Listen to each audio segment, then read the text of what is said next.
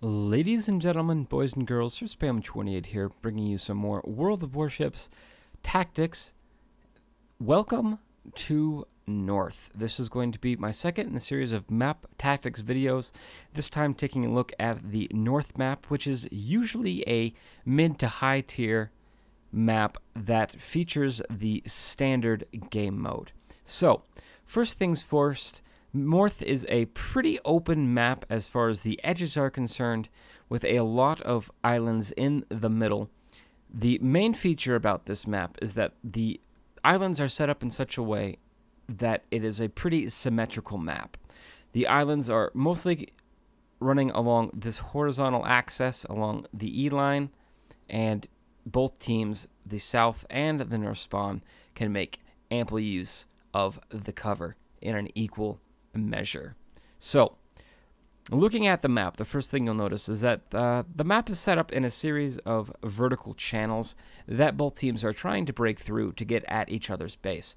The main channel is over here on the left side, on the 1, 2, 3 line, a very wide open channel that naturally pulls heavier ships to it because there's ample room to maneuver. The second channel I like to concern myself with is along the 5 line here in the middle, and its sister channel is along the 8 line, also in the middle of the map. And then on the far right-hand side of the map, we have the 10 line, which is pretty special, but we'll get to that in a moment. So, when you spawn into the game, what you want to be doing, first and foremost, is kind of splitting your spawn in half in your brain and seeing on what half of the map you find yourself on.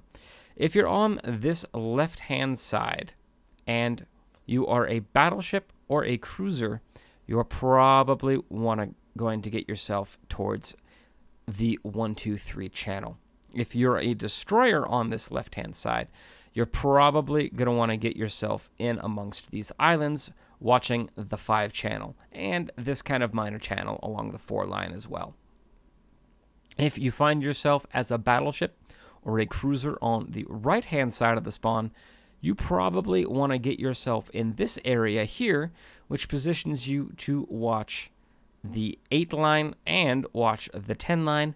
And if you're a destroyer on this side of the spawn, I like to get into these islands here and in this kind of cove area here. So you're positioned, again, to hit anything that comes through the 5 channel and to hit anything that comes through the 8 channel. And then if you need to, you can flex back and cover the 10 channel across this bit of land as well. So, what do you want to keep in mind? Tip number 1 on this map would be make sure that all 4 channels have eyes on them. Whether it be by plane or by ship, you never want to leave one of these main channels unguarded. So if you spawn in and you're watching your team's deployment and you see that they're going to the 1 channel, they're going to the 5 channel, they're going to the 8 channel, but no one is steaming over to the 10 channel, you probably want to take it upon yourself to get yourself over here. I wouldn't recommend going down the 10 channel, but get yourself in a position, like I mentioned before, right in here, where you can get eyes on the 10 channel to watch it. So take that upon yourself. Go to the unguarded place if your team is leaving a flank unguarded. Even if you're not going to be able to, combat everything that the enemy is throwing at you through a specific route, you can at least spot it, type to your team, hey, we've got ships incoming, and then get out of there and get some hard cover. That would be the second tip for this map that I would recommend is don't push super hard, super fast. You want to set up, like I said before, split your spawn in half. In general, you want to be setting up in these main areas. This is going to be for the heavier ships. So this is going to be BB and CA. So these are your heavier ships. This area over here on the other side is going to be the DD area, watching this area. And then this area over here is going to be this other side's DD area.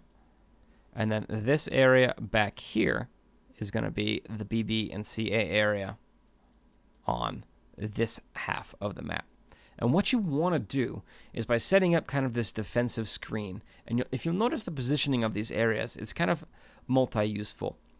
From this area, you can cover this zone here. and you can cover this zone here. And if you have the range, depending on where you are, you might be able in a BB to also cover this zone here. These DDs can cover this area here, and they can flex over and cover this area here. These DDs can cover this area. They can also flex over and cover this area, and if they need to, they can flex over and cover this area. And these BBs and cruisers can cover this area, and again, if they have the range, can also cover this area. So these zones allow you to cover multiple channels on the map and flex to where you're needed. Now, what you want to do, like I said before, with this general kind of Siegfried line defensive line of scrimmage emplacement is A, spot where the enemies are coming from. So if you can, get a good estimate on the forces that they're sending through each channel, you can then have time to adjust your ship's deployment to be able to match forces. B, it leaves you in an area where you can set up along the broadside on either area and really be able to get effective full broadside fire into the enemy as they cross their own T if they're trying to steam into you. If they're not trying to steam into you, if they stay set up kind of mirroring this engagement, then it just becomes kind of, let's do this. I would put this team back here. Then it becomes just kind of like a running gunnery duel where the tip that I would give you there would be to make sure you're focusing your fire. If you have an even engagement where it's broadside on broadside, line of battle, gunnery duel, the way that your team is going to come ahead in that scenario is by focusing fire. So again, as an individual, if you find yourself in that sort of situation, look at what the ships next to you are firing at and adjust your fire to be hitting their target as well, so you can burn those ships down faster. That's just something that you can do as an individual to give yourself a better chance in that kind of running broadside fight. So once you've done that and kind of thinned the herd on whatever flank, then and only then, I would recommend, can you push the offensive and try to break through where you have thinned out the enemy. So if it's on this side, you can obviously break through either here. I would recommend going up this channel just because it is closer to the cap, so you're going to put more immediate pressure on these guys. Or if you break through on this side, you can break through here and again start pushing pressure on the cap, harassing the carrier. If you're a destroyer, I would only recommend destroyers actually breaking off from either of these main groups and trying to find the carriers and harass them. BBs and CAs and CLs continue into the cap and really start to put pressure on the enemy on the other flank, which is going to force them to turn around from where they were, allowing the team on this side to then again push through. That would be the other tip that I would recommend is if you're on the opposite flank and you see that your allies have kind of won a flank and are breaking through, you want to start to put a little bit of pressure as well. And then if these enemies that you're fighting against turn around, you definitely want to zoom as fast as possible to get in there and get a pincer around the cap, which will really, really, really put the pressure on the enemy and allow you to concentrate fire from all of your remaining ships into the enemy team, which should be corralled in this area. And you'll be able to get fire from both flanks, which is going to be devastating to the enemy. The last major thing I would want to talk about on this map is the 10 line. I mentioned at the beginning it's kind of special, and the reason it's special is because this line is the biggest noob trap in the game. I really, really believe that. Basically, what happens usually is battleships that spawn on this right-hand side of the spawn area will see that, yeah, they're not going to make it over to the open water over here. They don't want to go in this area because it's really, really tight. So they see that this is the next biggest open water area that they can go into, and they go ahead and zoom over here. And that, a lot of times, will lose the game for a team. Just having one battleship or a battleship and a heavy cruiser in this area of the map will really, really, really hurt your team. So if you're that player, please don't do it. like I said before, set up in this area and be on the defensive and take advantage of any enemies that are making this mistake by getting that full broadside fire into them as they have their T crossed. And then if you need to, if the team is really coming in force down this flank, you can always retreat back to this area and put some hard cover in between you as your team starts to shift over to engage these enemies. But the reason I say this is a noob trap is because in this example, let's say this battleship gets over here. I'm going to redraw the line. As soon as he shoots through, as soon as he gets to this point, he has locked himself off from shooting at the rest of the map. He is now only able to hit this area here. So he's only able to shoot at what's along the 10 line, and most of the time that's going to be maybe a cruiser, maybe a destroyer, which is kind of a waste of his big guns. He wants to be shooting at enemy battleships, at enemy heavy cruisers, and he can, if there's a heavy cruiser here that's steaming down the line, he can shoot at it just as effectively in this position as he can from this position. The only difference is, from this position, he can also cover this line and this line. In this position, he cannot. He can only influence this little area of the map, which again is artificially taking away one of the battleship's biggest strengths, which is its range. You don't want to do that to yourself if you're a battleship driver. Resist the temptation to steam down the open water.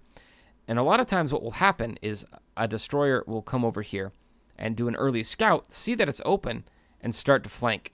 And then a battleship will see that it's open and want to join him. Well, the destroyer is much faster than you, and he doesn't have the range to really cover two lines anyway. So this is effective. This is an effective tactic for him. For you, it's not. For you, set up and be on the defensive. If the destroyer gets to this position and spots out a bunch of enemy ships that are waiting for him, like we had that red box up here before, then he can at least pop his smoke, turn around, use these islands for cover, and get out of there. If you're a battleship, not only are you cutting off your fire to the rest of the map, but if you get up here, and then all of a sudden, there's a bunch of enemy ships waiting for you in this vicinity, you're screwed if you're by yourself. It's got to be, you know, you can try to turn around and get out, but you're a battleship. You're very slow. So by the time you do that, you're probably going to be dead.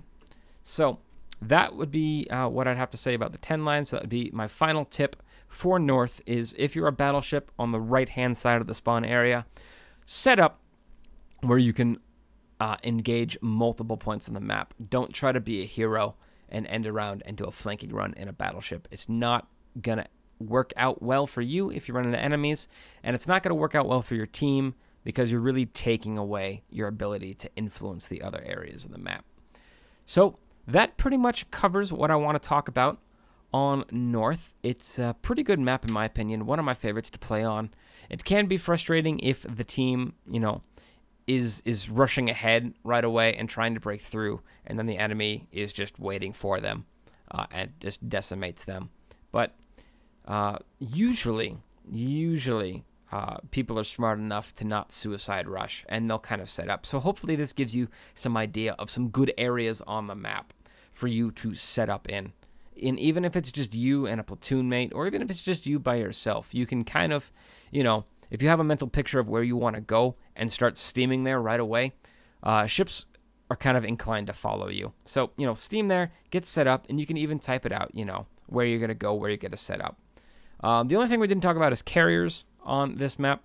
Carriers have a ton of area. I mean, you've got all this back area to play with. The only other thing that I would say for carriers is, just like in the last video, see which side most of the ships are going to, and then probably shade to that side. And then if a flank does break through, you definitely want to shade to that flank and follow them, as the map is big enough that following your team and reducing that flight time for your planes is going to have a pretty big impact, especially if you get that flank on and you corral the enemy in the center here. If you're, say, you know, on this side and you're just back here, the enemy is, you know, corralled in the center. You've got friendly ships over here as a blocking force. You're back here. That's a really, really short there and back again time for your planes. Same thing kind of on this side. If your ships are flanking and set up, you know, that kind of blocking force over here, and you've got the enemy corralled in their cap, you can be behind this island here. and safe from their guns, and kind of, again, a really short there and back again time, rather than staying somewhere back here and having to go almost all the way across the map to influence the end game kind of scenario. And it's the same thing flipped for north. You can be in this position if you're on the north spawn, or kind of over here or over here if you have, you know, your enemy corralling like this that has broken through. So that's going to be it for north. I hope you guys enjoyed this video. I tried to be a little more concise than the last time. Thank you for your feedback on the previous video. And again, if you have any comments, questions, concerns, or constructive criticism on this video, feel free to let me know as well, and I will try to incorporate that as we go on down the line. I hope you guys enjoyed it, and I will see you next time.